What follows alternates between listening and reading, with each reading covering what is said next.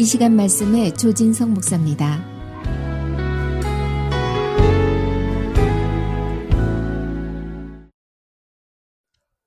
여러분, 우리가 인생을 살다 보면 내 힘과 내 능력으로 혹은 내 지혜로 해결할 수 없는 그런 상황이 찾아올 때가 있습니다.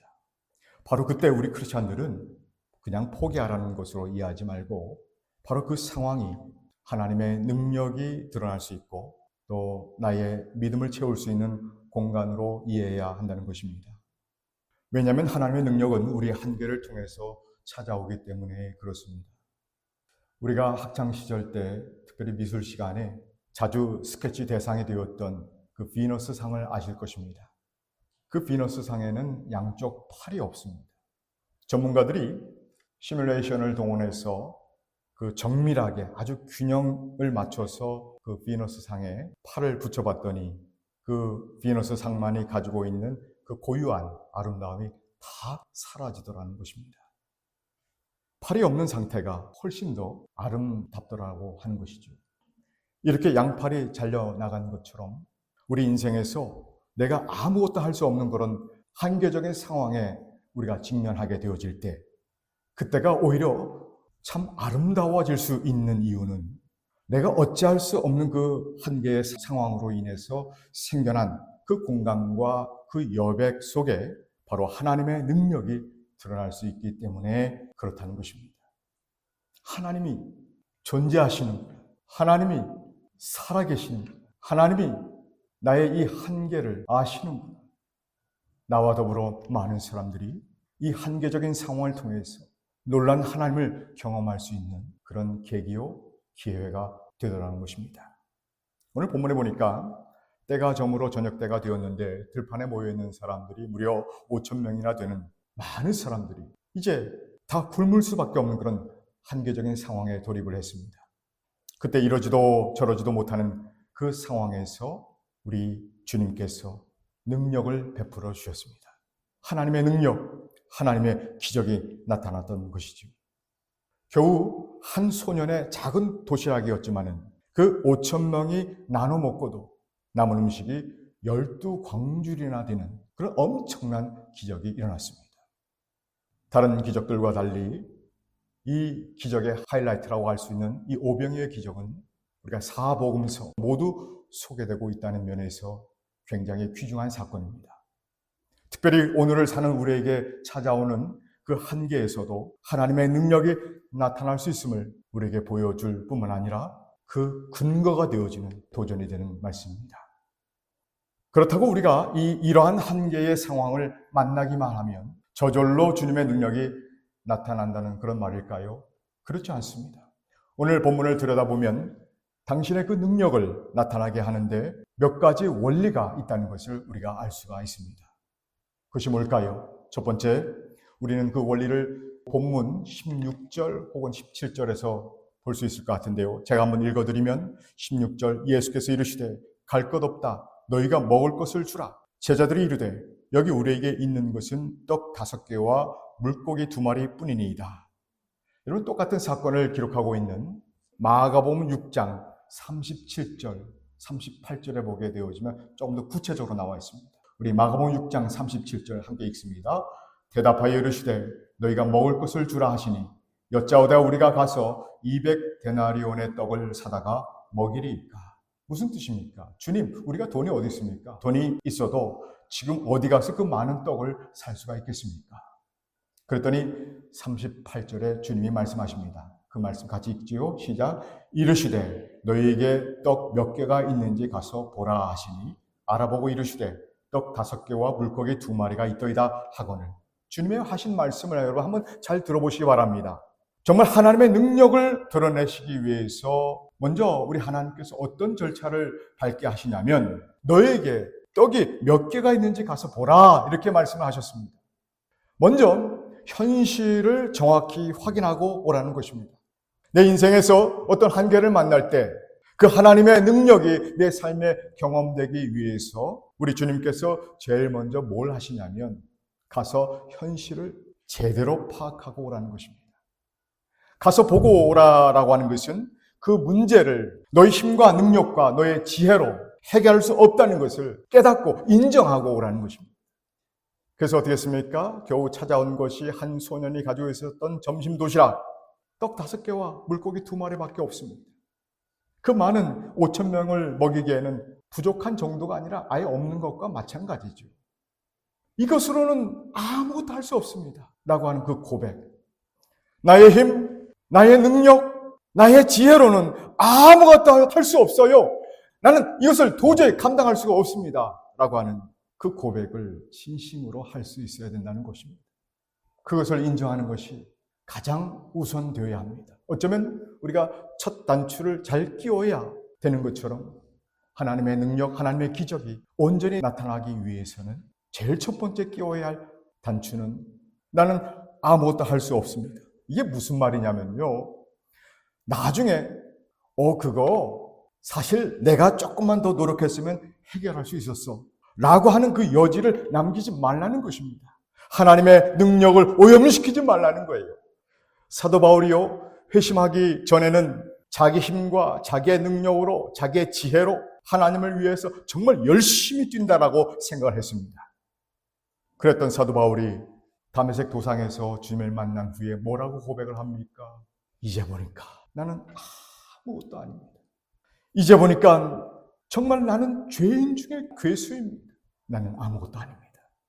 그렇게 자신의 현주소를 확인하고 파악하고 인정하며 진심으로 고백을 했더니 우리 하나님께서 너는 이방인을 위한 나의 그릇이다 라고 여겨주시면서 거기에 맞는 하나님의 능력을 허락해 주셨습니다. 하나님의 능력이 나타나는 원리는 내가 한계의 상황을 만났을 때 그 상황 때문에 힘들어하고 불평하고 원망하는 것이 아니라 그 상황 때문에 정말 나는 아무것도 아니고 정말 나는 아무것도 할 수 없다는 것을 분명하게 인정하고 깨닫게 되어지고 그래서 하나님 앞에 두 손 들고 목 놓아 엉엉 우는 그 상태가 되어질 때 하나님은요 당신의 능력을 당신의 그 신성을 당신의 기적을 우리 가운데 드러내실 수 있다는 것입니다. 또 어떤 원리가 있을까요? 여러분 19절 말씀 한번 볼까요? 19절 한번 같이 읽겠습니다. 무리를 명하여 잔디 위에 앉히시고 떡 5개와 물고기 2마리를 가지사 하늘을 우러러 축사하시고 떡을 떼어 제자들에게 주시매 제자들이 무리에 주니. 거기에 보니까 한 가지 단어가 눈에 띄는 것이 있습니다. 하반절인데요. 그 가지고 온 도시락을 가지고 우리 예수님이 어떤 행동을 하셨습니까? 하늘을 우러러. 여러분 문제만 보고 있으면 우리는 실망하고 좌절하죠. 문제만 보고 또 거기다가 아무것도 할 수 없는 오병이와 같은 초라한 나를 바라보고 있으면 속상할 수밖에 없고요. 정말 좌절뿐입니다. 그런데 그 문제와 오병이와 같은 나만 바라보면서 절망과 좌절 가운데 있지 말고 예수님이 뭐라고 말씀하시냐면은 하늘을 우러러. 시선을 하늘로 돌리라는 것입니다. 이 문제를 해결할 수 있는 정확한 근원지를 향해서 우리의 시선을 돌리라는 것입니다. 쉽게 얘기하면 하나님을 향하여 기도하라는 거예요. 여러분 그렇지 않습니까? 내 배에서 나온 자식인데 내 뜻대로 내 마음대로 안 돼요. 절대 내 마음대로 내 뜻대로 되지 않습니다. 내 남편 사랑한다고 해서 내 뜻대로 됩니까? 아니에요. 그렇지 않습니다.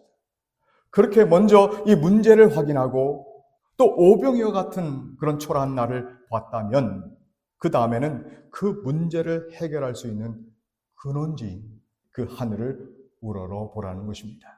기도하라는 거예요. 그래서 여러분 세상에서 제일 무서운 사람은 누군지 아십니까? 기도하는 사람입니다. 누가 제일 무서워하죠? 사단 마귀. 여러분 하늘을 바라보는 것이 왜 중요하냐면 문제를 바라보고 또 해결할 수 없는 나를 바라보면 너무 실망하고 좌절합니다. 그러다가 뭐 하는지 아십니까? 주변을 살펴요. 그래서 주변 사람, 즉 힘이 있는 사람, 가진 사람, 있는 사람 그런 사람들에게 기대려고 하고 의지하려고 합니다. 그러다가 자기 뜻대로 되지 않으면 그 사람을 판단하고 정죄하고 그러다가 불평하고 원망하기 시작합니다. 그렇게 많이 가졌으면서 그거 하나 선심 못 쓰나? 천명 아니 5,000명도 충분히 먹일 수 있으면서도 안 도와주다니 자꾸 서운한 마음에 붙들리게 되어지고 불평과 원망이 내 마음을 꽉 지배하게 되어지죠. 그 이유가 뭔지 아십니까?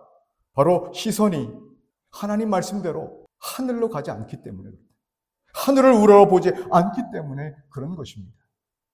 중국 어느 가난한 그 마을에 이제 추수하려면 아직 한 달이나 남았는데 기근이 들어가지고 먹을 것이 하나도 없는 것입니다. 먹을 게 하나도 없으니까 마을 사람들이 그 없는 양식을 바라보면서 속상해하고 좌절했습니다. 또 옆에 마을에 살고 있는 부자들을 보면서 원망했습니다. 불평했습니다. 그때 함께 생활하던 선교사님이 이렇게 얘기합니다. 여러분, 어차피 못 먹는 거 우리가 문제만 보고 있지 말고 하늘을 우러러보십시다. 한번 하늘을 향해서 한번 우리 같이 두 손 모아 기도해 보십시다. 그래서 막 기도했습니다. 그렇게 3일째 기도하고 있는데 갑자기 하늘이 시커먼 구름 같은 게 막 밀려옵니다. 그러면서 뭐가 떨어져요. 우박 같은 것이 떨어집니다. 가만히 보니까 우박이 아니라 이 딱딱한 알갱이 곡식들이 떨어지고 있는 거예요. 하늘에서 그 곡식이 바람을 타고 와서 떨어지는데 모두들 정신없이 와 주워 모아보니까 그 양이 한 달은 너끈히 먹을 수 있는 그런 양이었습니다. 어찌된 영문인지 조사를 해보니까 그 몽골 지방의 어느 지역에 아주 큰 엄청난 태풍이 몰려와서 그 곡식 창고가 바람에 다 날려간 것입니다. 그리고 그 곡식 창고 안에 있던 곡식까지도 다 날아가 버렸다는 거예요.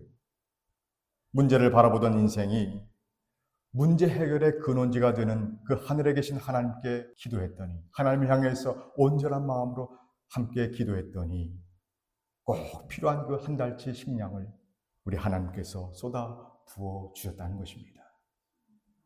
우리의 삶의 현장에 왜 문제가 없겠습니까?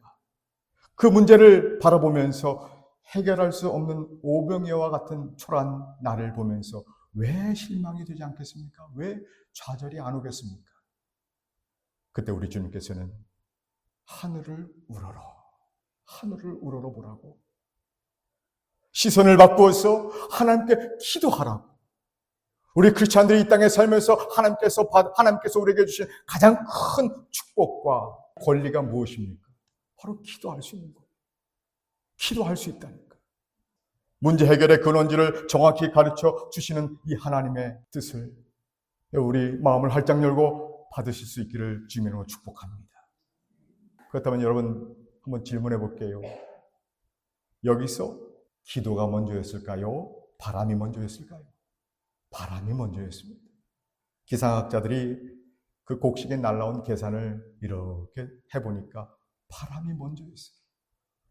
기도하기 전에 우리 하나님은 다 하시고 먼저 준비하고 계셨던 것입니다.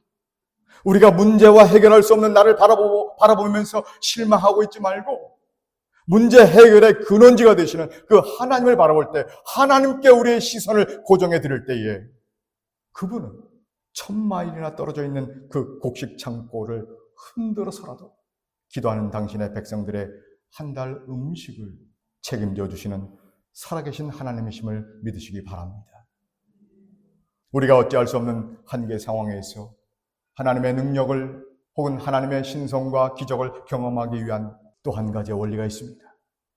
오늘 오병이어의 기적 사건에서 우리가 눈여겨봐야 할 한 가지 행동이 있는데요. 한 소년이 자신의 도시락을 나눔으로써 기적이 시작되었다는 것입니다. 그리고 그 도시락을 인계받은 우리 예수님께서 그 도시락에 손을 얹어서 축사를 하시고, 그리고 그 떡과 그 생선을 제자들에게 나누어 주셨습니다.